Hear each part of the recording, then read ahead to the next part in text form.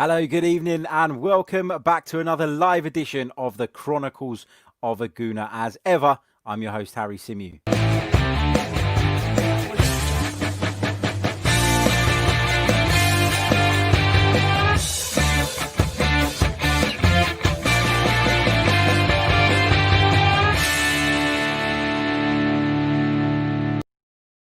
Hello, good evening. Welcome back to another live edition of the Chronicles of a Gooner, the Arsenal podcast brought to you guys by manscaped.com. Preview show, we're back. We're looking ahead to another Premier League game, Arsenal's second of the campaign. Now, I want to apologise, first of all, that this broadcast is coming to you guys a little bit late. We've been doing them at around about 4:30 p.m. UK time every day, between 4:30 and 5, and I've seen so many of you have been joining us regularly. So I do apologize that this one was out of sync a little bit in terms of the timing. But unfortunately, work is work, and sometimes it gets in the way. And we have to do what we have to do. I'd much rather sit here and talk about Arsenal, of course, but we're going to do it now. Better late than never. And of course, we've got a Premier League game to look ahead to. Arsenal entertain West Ham United. It's our first home game of the Premier League season. Lots to discuss. So much going on sort of in the transfer window at the moment. Not so much involving our club. We've got Gabriel in, we've got Willian in. Saliba joins us, and we've done some business. Martinez has gone out the other way. We expect others to follow. But the big news today, and I know it's not Arsenal related, but I felt like I had to discuss it a little bit, is of course Tottenham bringing back Gareth Bale, which is a massive deal for Tottenham. And there are a lot of Arsenal fans out there who are kind of sitting there going, it's £20 million on a loan. It's crazy. It's stupid. Why would you do it? But a small part of me, and I don't envy Tottenham in any way, shape or form. But why would I? They've not, throughout my lifetime, they've won a handful of things, and they've never really competed at the very, very top level for a sustained period of time. Yes, they've been to a Champions League final. Yes, they almost finished second in the Premier League one year, almost. But this is very much a deal that will lift them lot. It will lift that club. There's no doubt about it. Bringing back a legend. It was like when we brought back Thierry Henry, a part of you was a little bit like, is this the right thing to do? Is he going to be able to live up to the expectations and live up to the sort of legend that he created in the past? And a lot of the time it doesn't happen. Sometimes it does. But I just thought it was worth touching on that, because I actually disagree with those Arsenal fans who say that actually it's not a good deal. I think given their dreadful start to the season, given that they had a poor season last time out as well, I actually think it's a massive, massive boost for them. And add to that, they brought Reguilon in as well, who is a very good left back, someone a lot of clubs were interested in. And I think they've done some good business. And I don't want to talk about them for too long, obviously, but I just thought it was worth mentioning that, because it is the big news story of the day. It is the big football story in the world at the moment. Him returning to his sort of former club. It was always going to be a big story. So fingers crossed for us, it doesn't work out as they had hoped. But let's move on. Let's talk about Arsenal. And of course, as I said, it's West Ham United Saturday night. Strange kickoff time. Normally 5:30 is the latest Saturday kickoff. But of course, given sort of the restrictions that are still in place with regards to people attending games, we've seen that, the games are all being televised, even continuing into this season. And of course, for that reason, Arsenal's game has been moved to an 8 p.m. kickoff. Now, what am I expecting from this one? Well, let's have a quick look at some of the statistics and some of the background of this fixture between Arsenal and West Ham United in the Premier League. So I'm just sharing my screen with you for those of you guys watching us on YouTube or any sort of video platform at the moment. We've played 48 times in the Premier League, Arsenal and West Ham. Arsenal have won 31 of those. West Ham have won just 8. And there have been 9 draws between the two sides. If we go back down the recent meetings last season, Arsenal beat West Ham by 1-0 at the Emirates Stadium. Also won on the road as well, 3-1 that day. The season before, Arsenal actually got beat at the London Stadium. I was at that game. Horrible day that was.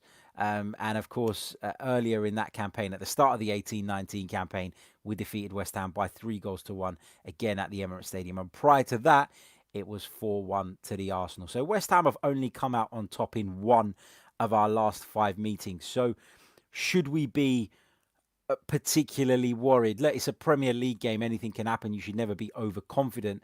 But I do feel like this is a game that Arsenal should win, that Arsenal go into as the overwhelming favourite. So when you look at sort of the form guide as well, Arsenal won 3 of their last 5 Premier League games. Of course, that goes back into last season.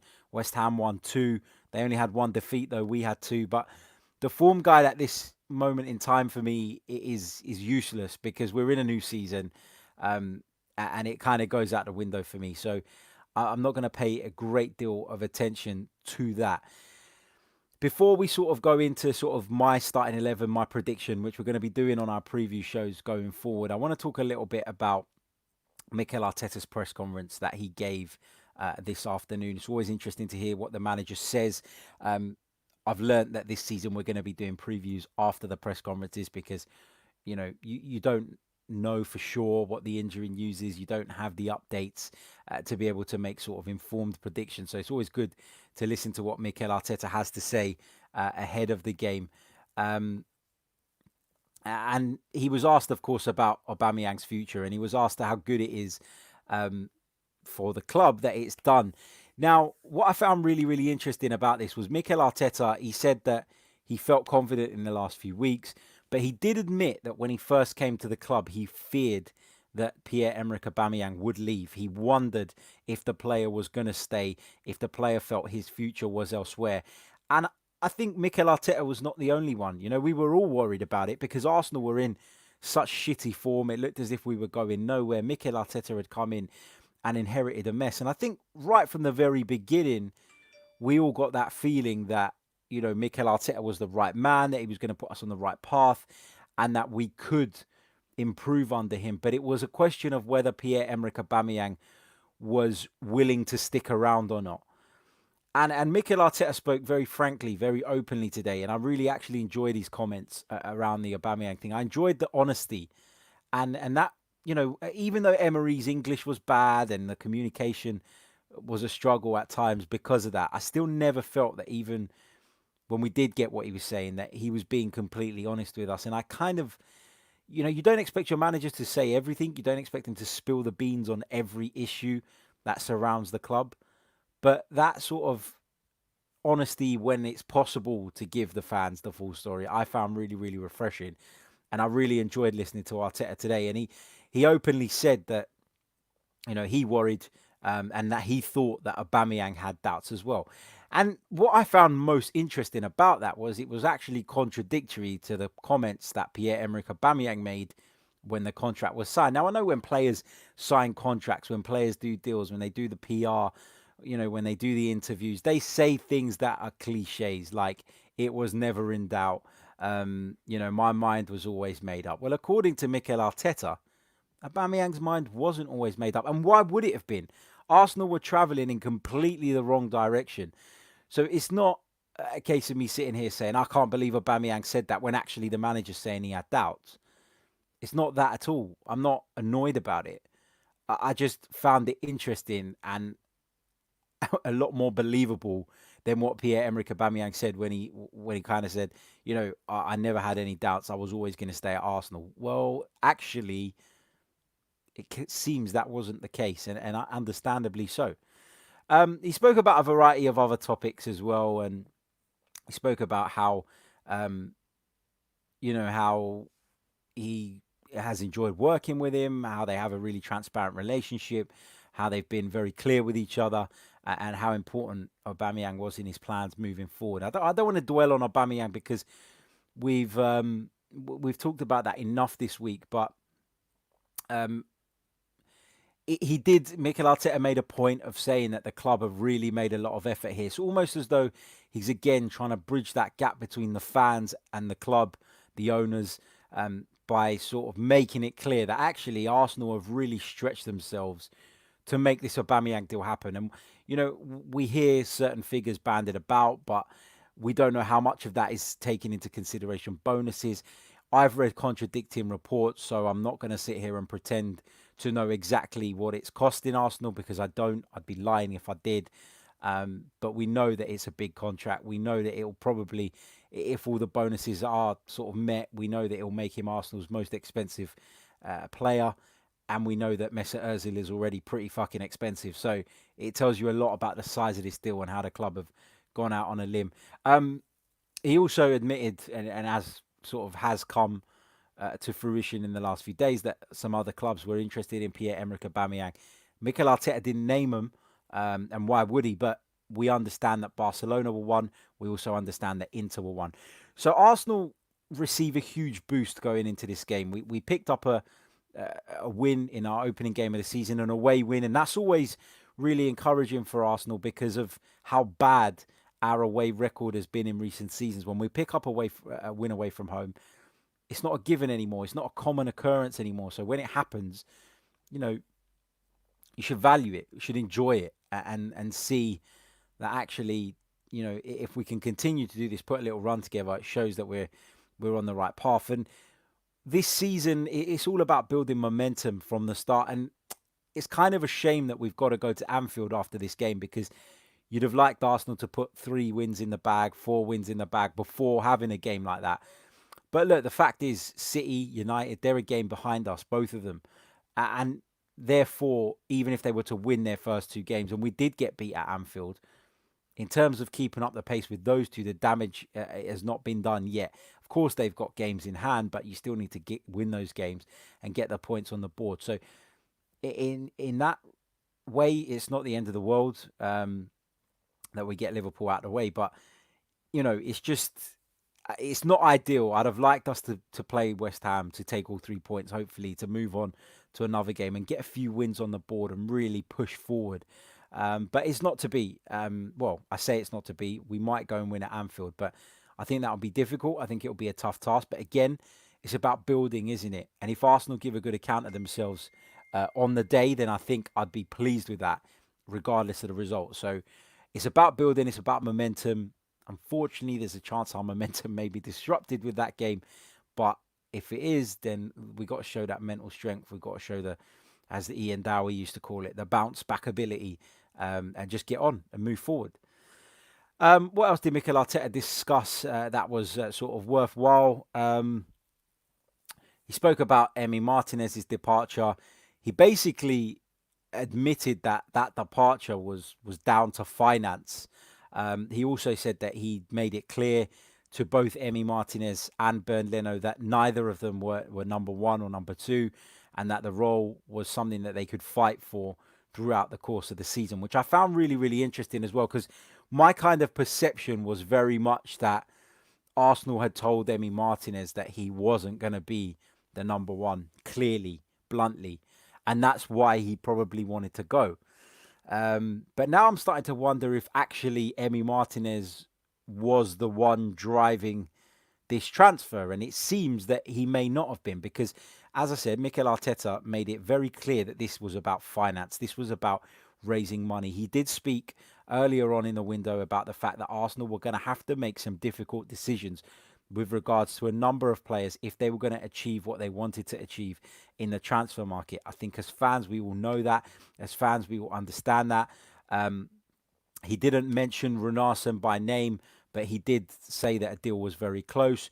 And we've had reports this evening that Runarsson has attended Arsenal's training ground. He is there. He is undergoing a medical, and he's talking and meeting. Well, he was meeting with his teammates and the staff. So it feels like that deal is very, very close. And whilst, you could argue that Runarsson is a downgrade on Emmy Martinez, and when you look at his career to date, you have to probably say that it is.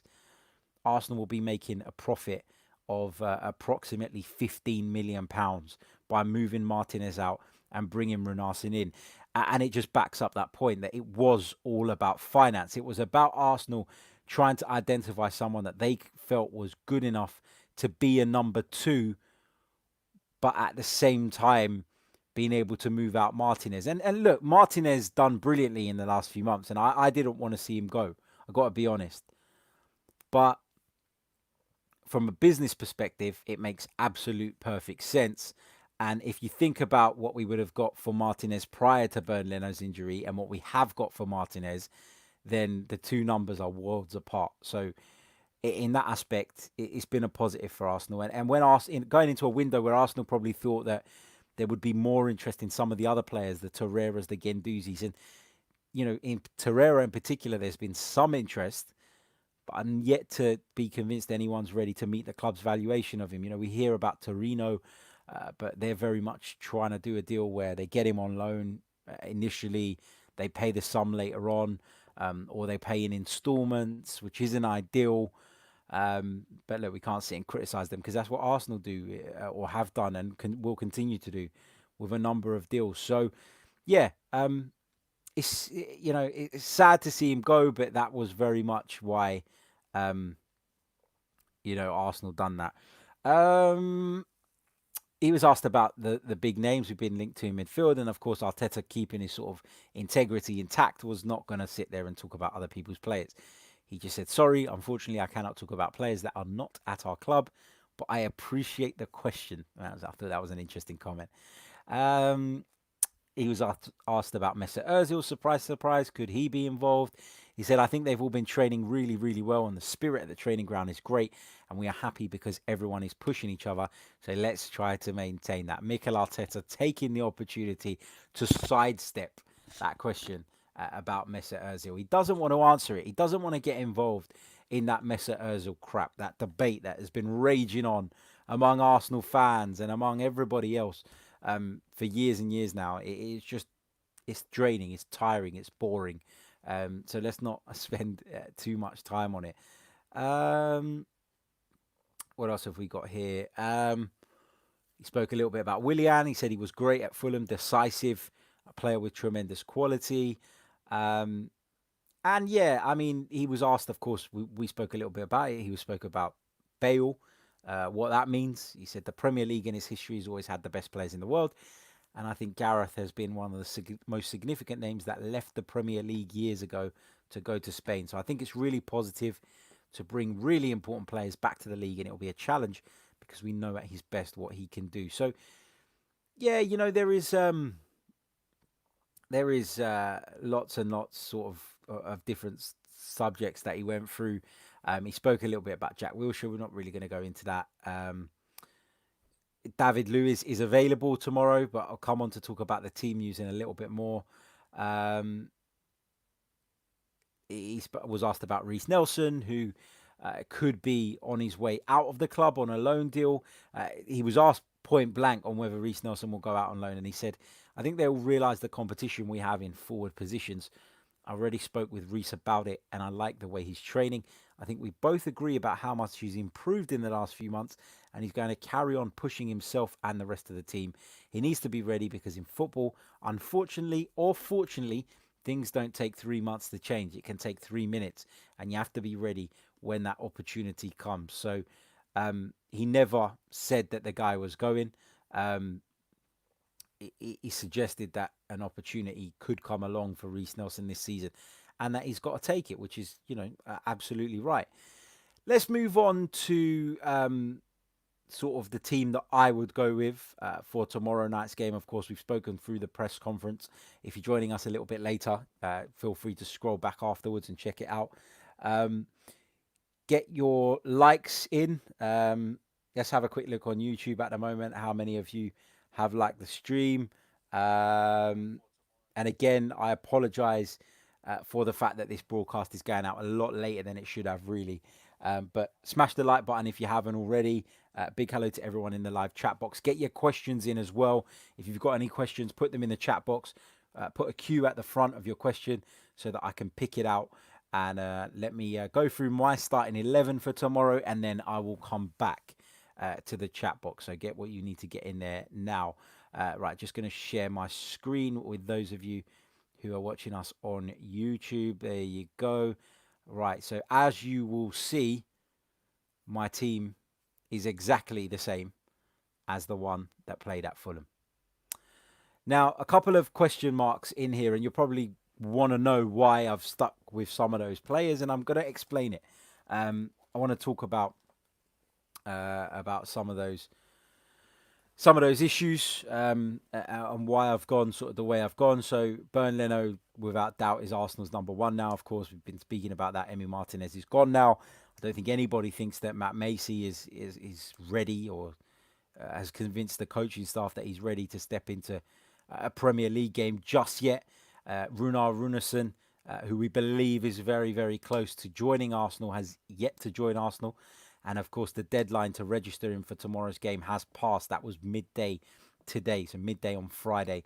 That was the deadline. Arsenal failed to meet that deadline because the deal has not yet been completed. So my back three was Tierney, Gabriel, and Holding again. Of course, David Luiz is back available again, but how fit is he? It is one question I would have. And I want to make it clear, I do believe that David Luiz is very much a part of Mikel Arteta's plans this season. So I don't for a minute think that this means anything other than he's just not 100% fit. And the other guys did well at Fulham, so why would you change it? I guess that's kind of my way of looking at this.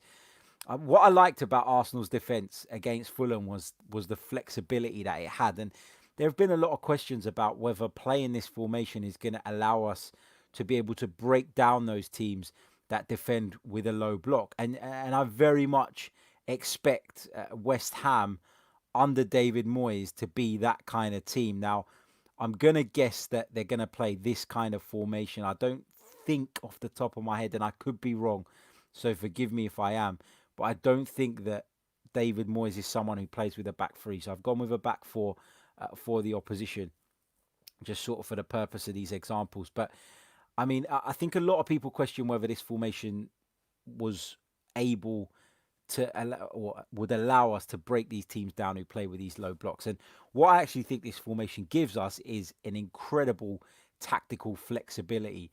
And you know, we talk about it all the time. Lacazette will be the central striker. Aubameyang, where he can, will join him as almost a second striker in that kind of inside left half space in between the fullback and the centre back. That's where Aubameyang operates. That's where Aubameyang's at his best, and that's where we've seen Aubameyang, find the far corner on countless occasions in recent times. It's a really dangerous space. It's a space that Aubameyang enjoys exploiting, and this formation allows him to do that. Why does this formation allow him to do that? Well, because it's the way that it shifts, and I'll just move sort of the midfield a little bit forward to sort of demonstrate my example.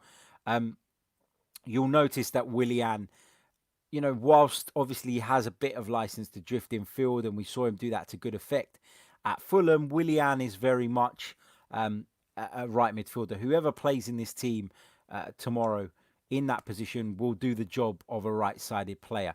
Whereas on the left-hand side, it's a completely different proposition. And if you remember when Mikel Arteta first come in to Arsenal, I used to describe the team as lopsided. And this is what I meant by it. The system is not symmetrical. Is that the right word? Where it's the same on both sides? It's not symmetrical. You've got one side operating in one way and the other side operate in a totally different way from a tactical viewpoint.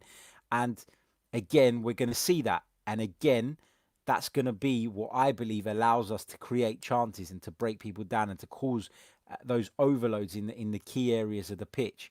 Now, Maitland-Niles will almost play like a left winger at times. You'll also see him drift in field at times. And that's the beauty of this formation. It allows Maitland-Niles to do that, to get up on the left-hand side and allow Aubameyang to come inside whilst taking away defenders, attracting attention. But he can also drift in field and make it an extra man in the midfield, which again causes the opposition problems. Why is Ainsley Maitland-Niles allowed to do that? Well, it's simple. Ainsley Maitland-Niles is allowed to do that because the personnel in Mikel Arteta's defence allows him to do this, and it allows Kieran Tierney to shift into the left-back position, a position he knows very well, his natural position. Gabriel can shift over one, Rob Holding can shift over one, and Hector Bellerin just stays back or is a little bit more conservative than Ainsley Maitland-Niles is, and then all of a sudden you've almost got like a 4 a bit like a 4-4-2, but if Willian joins in the attack as well, kind of becomes a 4-3-3. And Arsenal can almost shift over like this as well if they want to. And that's the beauty, again, of this system. I keep using this phrase. It is the it is the it is the tactical flexibility that this formation gives us that has made us able to compete against the bigger sides, but where we had question marks around whether it will allow us to break down some of the smaller sides. Whilst I take confidence from the performance at Fulham, I've got to stress the fact that it was Fulham, and I fully expect Fulham to be relegated this season. So you want to see it done against better opposition. Are West Ham the team that we're going to sort of learn a lot from this weekend? Probably not. But what you can guarantee with regards to West Ham under David Moyes is that they're going to be organised, is that they're going to be disciplined, they're going to be drilled. And so if Arsenal were able to break down West Ham, create opportunities against West Ham, then again, that's another step in the right direction, and it will go another step in persuading me that this formation is something we should probably stick with.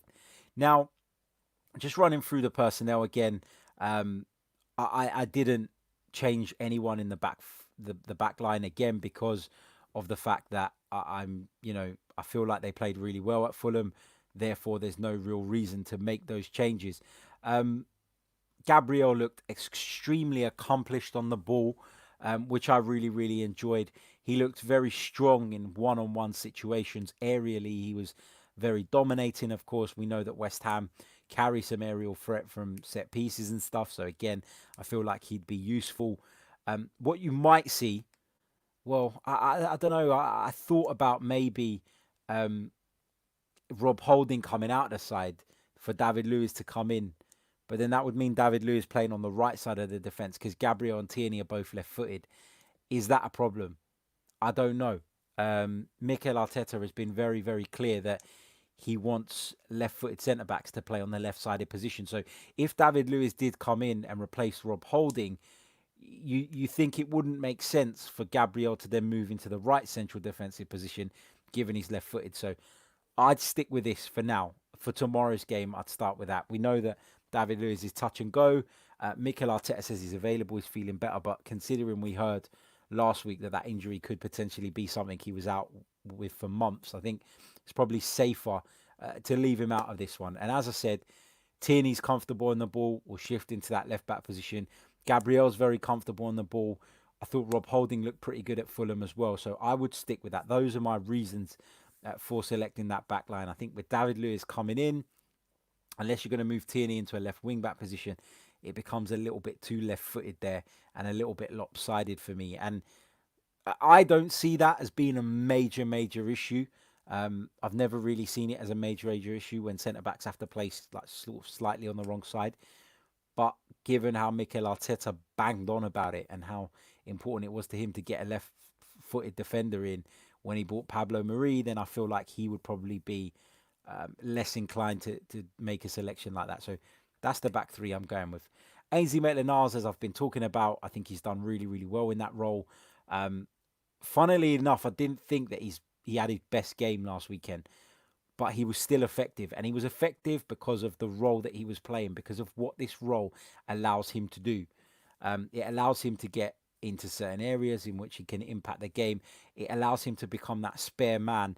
And as I said earlier on, if he drifts into the midfield, he becomes that spare man alongside these two. If he gets up front, going down the left-hand side, he attracts attention over there and he becomes a spare man in the attack.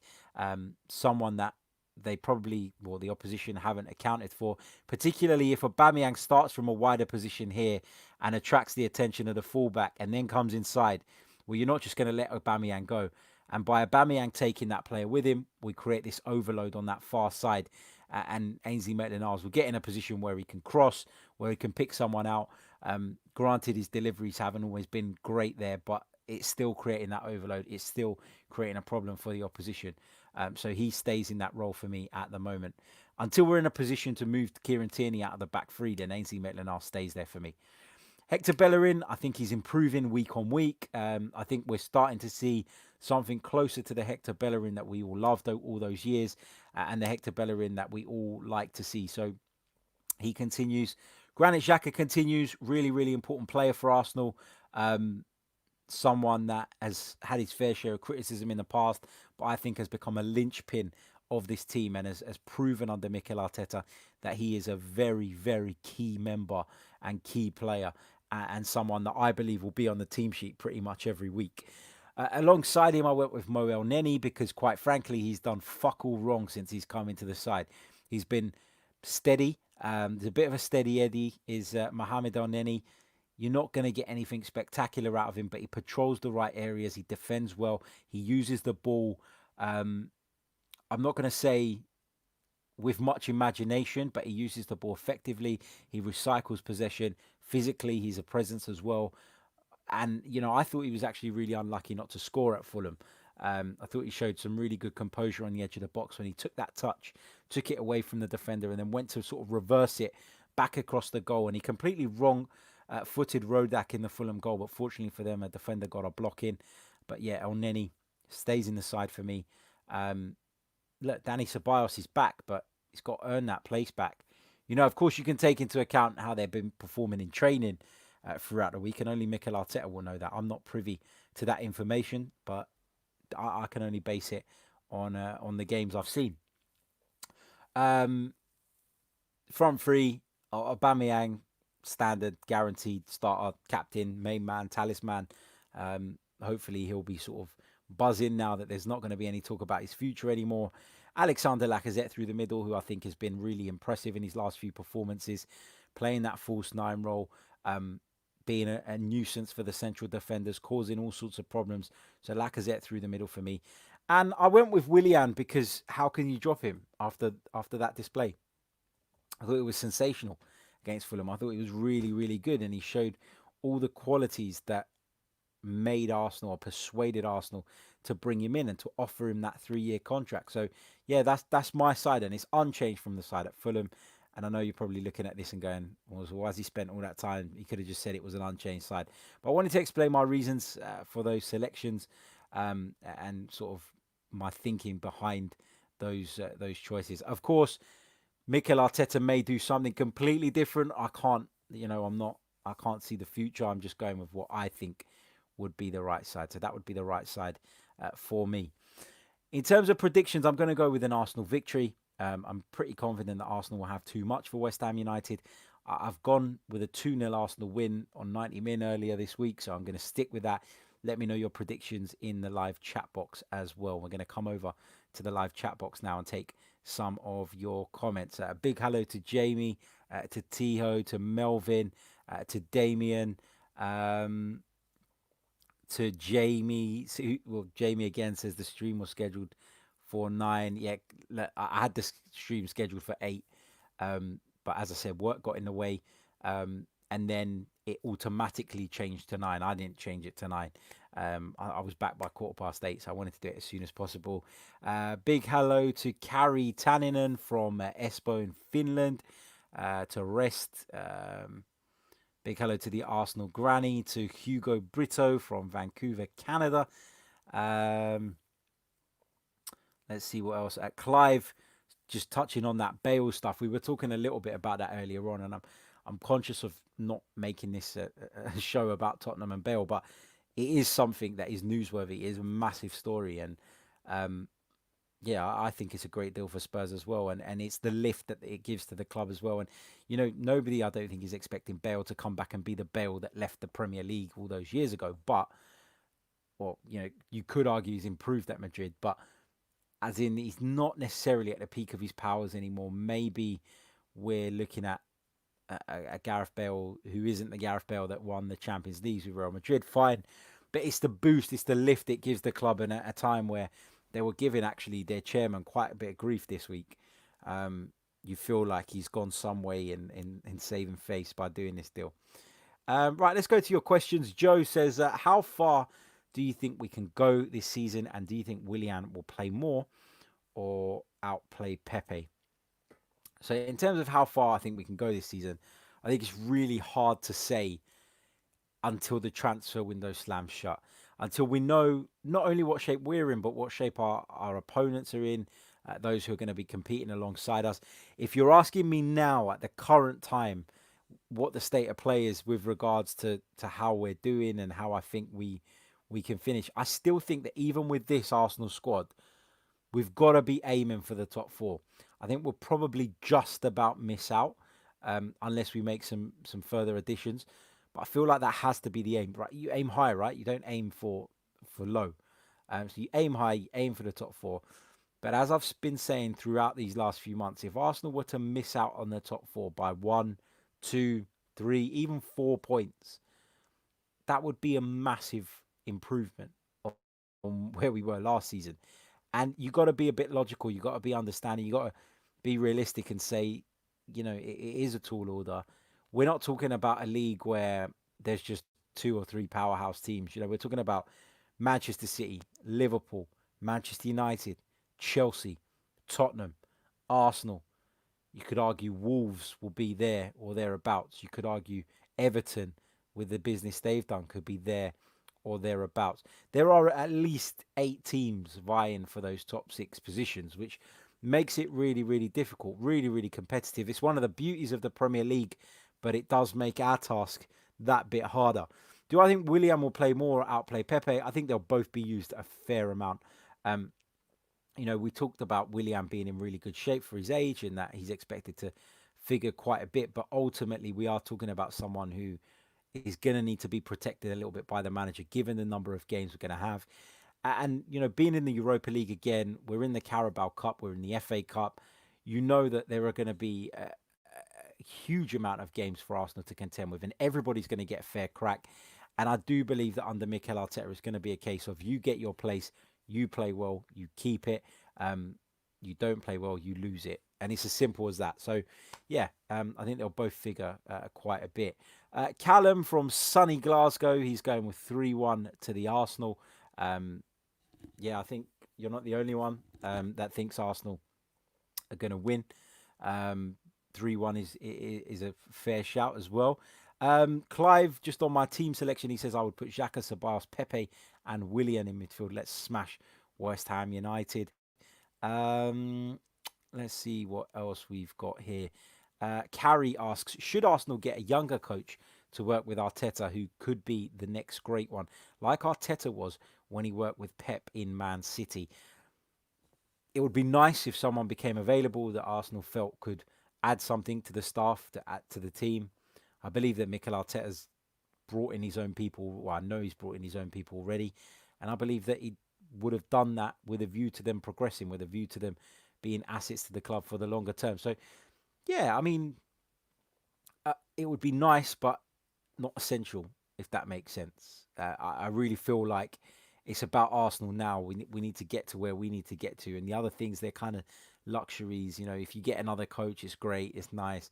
But ultimately, it's about getting getting our sort of selves to where we need to be. And if it means we use experienced coaches who know what they're doing, because that's what Mikel Arteta feels is best, and that's the way to go for me at this moment in time. Helgi says, question, how do you think the scoreline will be tomorrow and who will score the goal? So I've gone with an Arsenal 2-0. Goal scorer Aubameyang. Gotta be. I'll go Aubameyang Lacazette. There you go. Let's see what else we've got. Big hello to DJ Funksy.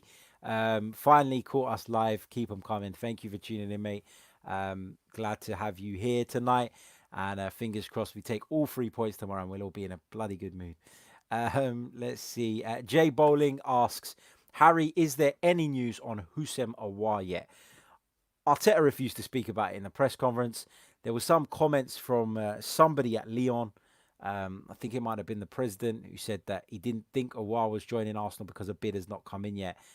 I've had some sort of information this evening by way of sort of text message from a usually, and I stress the word usually, reliable source, that Arsenal have made an offer now, or at least readying an offer of around about £42 million, and that deal is going to be done. Now, still a long way to go, and I've got to stress the point that I'm not in the know. It's what I've been told. I'm repeating it to you guys. But again, I would be skeptical about that. I would remain open-minded, because you never bloody know with this stuff. So much can change. So much can happen overnight. So yeah, I'm still relatively confident that the deal will get done. I'm still confident that we would land one of our midfield targets, as I've been saying, throughout the course of this transfer window. Two, I think, is a bit of a stretch. Um, but if this is true, if Arsenal have made progress in their sort of pursuit of Houssem Aouar, then you have to assume that there's been progress with regards to someone leaving the club, because it's very clear that we need to raise funds in order to do those deals. Let's see what else we've got here. Just scrolling through your live comments. Neon Panda says, any update about Ozil for tomorrow's match? I touched on it a little bit earlier on. Mikel Arteta said in his he just dodged the question. Mikel Arteta completely dodged the question about Mesut Ozil. I can't see him being in the squad. I really can't. I'd be very surprised if he's even on the bench, which I think is a bit of a shame, because there is a player in there. There is a player who can offer us something, but it's clear that the relationship has broken down, and that he's not seen as being fit for purpose anymore. And it feels strange when you're paying that sort of money to someone for them not to not to feature, not to impact games, not to give you anything. And I do look at the bench sometimes, and I feel like when I look at the bench, I say to myself, "Come on, man." Um, you know, he's better than some of those players. That does come across my mind a lot. It does, but obviously, you know, is what it is. Is what it is. I don't see that situation changing. I don't see that situation being resolved. So there you go. Harry asks, "Hi Harry, would you take 70 million for Pepe?" Yeah, I would. I would. I think Arsenal have seen some of their younger sort of wide talents develop significantly in this last 12 months or so. And I like Nicolas Pepe. I think he can bring something to the team. I was a little bit skeptical at first. I was a bit concerned by some of the early performances we saw from him. But I thought he got better as the season went on when he did play. Certainly a player in there.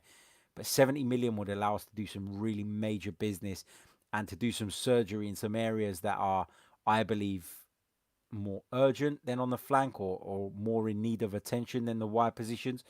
You take into account that Martinelli's coming through, that Saka's coming through, that Nelson's there, that Willian has come in now, that Aubameyang is playing from one of those flanks, and you just kind of do think to yourself, actually, 70 million for someone like Nicolas Pepe would do us the world of good. So yeah, I would take that. I've got to be honest. Let's see what else we've got here. Charlie Lord says, "Evening, mate. Who do you think we need more out of Partey/Aouar with the recent performances of El Neni? Do you think it will be Aouar who we target more?" Um, I've always leaned towards Thomas Partey, just because, and I say it over and over again, but because I know more about him. I've watched him more. I can make a more informed judgment on a player that I've watched regularly over someone I haven't watched regularly. I don't watch French football, so I've got to be honest. I'm very much into my Italian football. I watch a fair amount, I would say, of Spanish football, but outside of the Premier League, my interest really is Serie A, and because of that, I can't say that I know a massive amount about Houssem Aouar, but yeah, I still lean towards Thomas Partey because I feel he brings you more in terms of physical presence. And I feel like that's what Arsenal need. I feel like Arsenal would want to be in a position where they can play with three forwards without them ever worrying about sort of what they're doing behind them. A bit like Liverpool do, where they're very much reliant on those three to provide goals, but they can do that because they have that freedom, because they know there is a solid midfield sitting in behind them. Sort of covering those spaces, fit enough to cover the ground, to cover the distance. So yeah, I think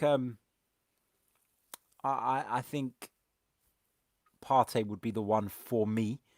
But as I've said, I'd be delighted if we got either of them. I am excited by the prospect of Aouar, and I'm excited by the prospect of potentially Partey. So one or the other. Do I think the performances of Mohamed Elneny will impact that? No, I don't. I think if Elneny continues to play the way he is, he'll be a welcomed addition to the squad in terms of someone who can fill in when needed. You do feel like he will. Um, you do feel as though Mohamed El Neni can be trusted in a Europa League game, for example, in a cup game, even in a Premier League game, that he would do you a job. As I said earlier, it's never going to be spectacular. It's never going to be progressive. It's never going to be game changing. But there is a certain standard at which Mohamed El Neni performs consistently. And so I think he's a useful player to have within the squad, yeah. Um, Kungu Simon says, do you think Saliba will play tomorrow? Hello, Harry. Thank you for your presentation, bro. It's love that. Um, I'm pretty sure, and I just want to double check this, that William Saliba played for the under 23s. And I'm just double checking that because I'm pretty sure, yeah. William Saliba played for Arsenal's under 23s tonight against Brighton and Hove Albion in the Premier League 2. So William Saliba will not be involved tomorrow. He's not going to play under 23 football and then play for Arsenal the next day. I'd seen that earlier on and I just had a bit of a blank moment and I just wanted to double check before I went out and said that. But yeah, some of you guys are commenting and backing that point up that Saliba played 90 minutes with the under 23. So he's not playing tomorrow, but I guess that another 90 minutes in his sort of in his bag will be good, and we hope that moving forward he will be fit enough and ready and raring to go to play a part in our Premier League campaign as well. And I think it will be sooner rather than later. One final question I'm going to touch on, and then I'm going to give you a quick message from our sponsors, and then we're going to lock it off from there. Friday night, go and enjoy your evenings. I'm sure you've got better things to do than listen to me ramble on. Smith P says, question, why are we so pessimistic about achieving great things this season? Fans need to show more faith. Chelsea were placed 10th in 2015-16 before winning the league in 16-17. I don't want to say that I'm pessimistic because I don't think I'm pessimistic. I think I'm realistic. And I have said it for ages. I feel like we need to make significant strides in order to finish in the top four. And a lot of those strides are going to be dependent on the transfer business that we can do. And given our financial situation, it doesn't feel like Arsenal are going to be able to get all the business done that they want. They can't do a complete overhaul in one transfer window or even in two transfer windows. It's going to be a process. It's probably going to take 2 seasons before Mikel Arteta has something like the squad he wants moving forward. So yeah, that's my take on that. I just feel like it's going to take a little bit longer. 5686 Daryl says, this guy just talks in circles. Really annoying. Maybe it's annoying, but there's plenty of people tuned in, and ultimately, if you don't want to watch it, you don't have to. The fact is that you are watching me on a Friday night. So if it's that annoying, question why you're not doing something else. But there you go. Anyway, right, let's bring you guys a quick message from our sponsor. And of course, our sponsor is the very brilliant manscaped.com. If you want to get your body hair looking as sharp, as tidy, as neat, and as trim as the Emirates Stadium pitch, then why not check out the Lawnmower 3.0? Fantastic product. Very popular product, and I've seen that they become partners with Wolverhampton Wanderers yesterday, so there's clearly big promotion going on.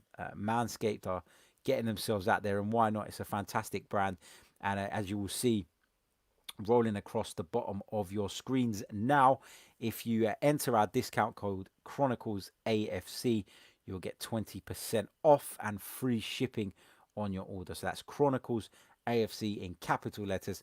Check them out, have a look. They sell other products as well. Check out the website manscaped.com, and we thank them for supporting this podcast, because without their help it wouldn't be possible to do as much content as we are currently doing. And at the moment, we're bringing you daily content, and each of the days of the week, sometimes we'll throw a weekend in there as well, depending on what's going on. Right. Topher says, hit the likes. Please do smash that like button. if you haven't already. Subscribe to the channel if you're new. We are very, very close to hitting 9,000 subscribers on YouTube. So we're almost there. I think we were about 100 off when I jumped onto this stream. I had a quick look. So if you're new to the channel, please hit subscribe. Really, really appreciate it. And we're going to be back very, very soon. Thank you to everyone in the comments. Thank you to everyone watching on Facebook, Twitter, YouTube, listening on the audio. Love you all. And we'll be back on Sunday looking back at Arsenal's game against West Ham United. So until then, take care. Have a great weekend.